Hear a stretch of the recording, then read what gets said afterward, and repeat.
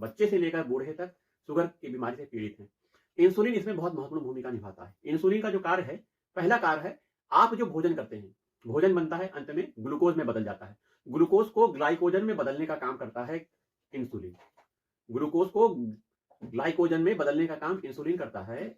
ये जो इंसुलिन है, इसका दूसरा काम है, यह कोशिकाओं की कोशिका भित्ति, जो बाहर की भित्ति होती है, कोशिका भित्ति पादपों में होती है, जीव कोशिका में जो भित्ति होती है, उसकी पारगम्यता को बढ़ाती है।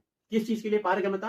पारगम्यता का मतलब आने जाने को सुलभ बनाना। क्या आने जाने को सुलभ बनाना? ब्लड में ग्लूकोज होता है, जब खाना पच जाता है, अंत में ग्लूकोज में बदल जाता है, जो खून में चला जाता है, खून से पूरे शरीर की कोशिकाओं में जाता है, पूरे शरीर में भ्रमण करता है। अब वही ग्लूकोज हमारी कोशिकाओं के अंदर जाना है, तो कोशिकाओं के बाहर की जो परत है, लेयर है, उसकी पारगम्यता को बढ़ाने के लिए कि हाँ ग्लूकोज तुम अंदर से कोशिका के अंदर आ जाओ, अंदर आने के लिए आने का काम यही ग्लूकोज करवाता है, पारगम्यता परमेबिलिटी बढ़ाता है। तो ये कार्य इंसुलिन के हैं। इंसुलिन बनता कहां पे है? इंसुलिन जो पेनक्रियाज है, पेनक्रियाज की बीटा सेल से बनता है। 3 प्रकार की सेल्स हैं पेनक्रियाज में, एक अल्फा सेल है, बीटा सेल है और डेल्टा सेल है। गामा सेल नहीं है, डेल्टा सेल है। तो अल्फा सेल से ग्लूकोगान हार्मोन्स बनता है। ग्लूकोगान हार्मोन्स का काम इंसुलिन के कार्य से उल्टा होता है। वहीं बीटा सेल से इंसुलिन हार्मोन बनता है और डेल्टा सेल से जो हार्मोन्स बनता है, वह दोनों कोशिकाएं, अल्फा सेल और बीटा सेल की कोशिकाओं से हार्मोन्स के निकलने का नियंत्रण करता है, बैलेंस करता है। सोमेटोस्टेटिन नामक का हार्मोन्स होता है डेल्टा सेल। तो पेनक्रियाज से ये 3 महत्वपूर्ण हार्मोन्स निकलते हैं।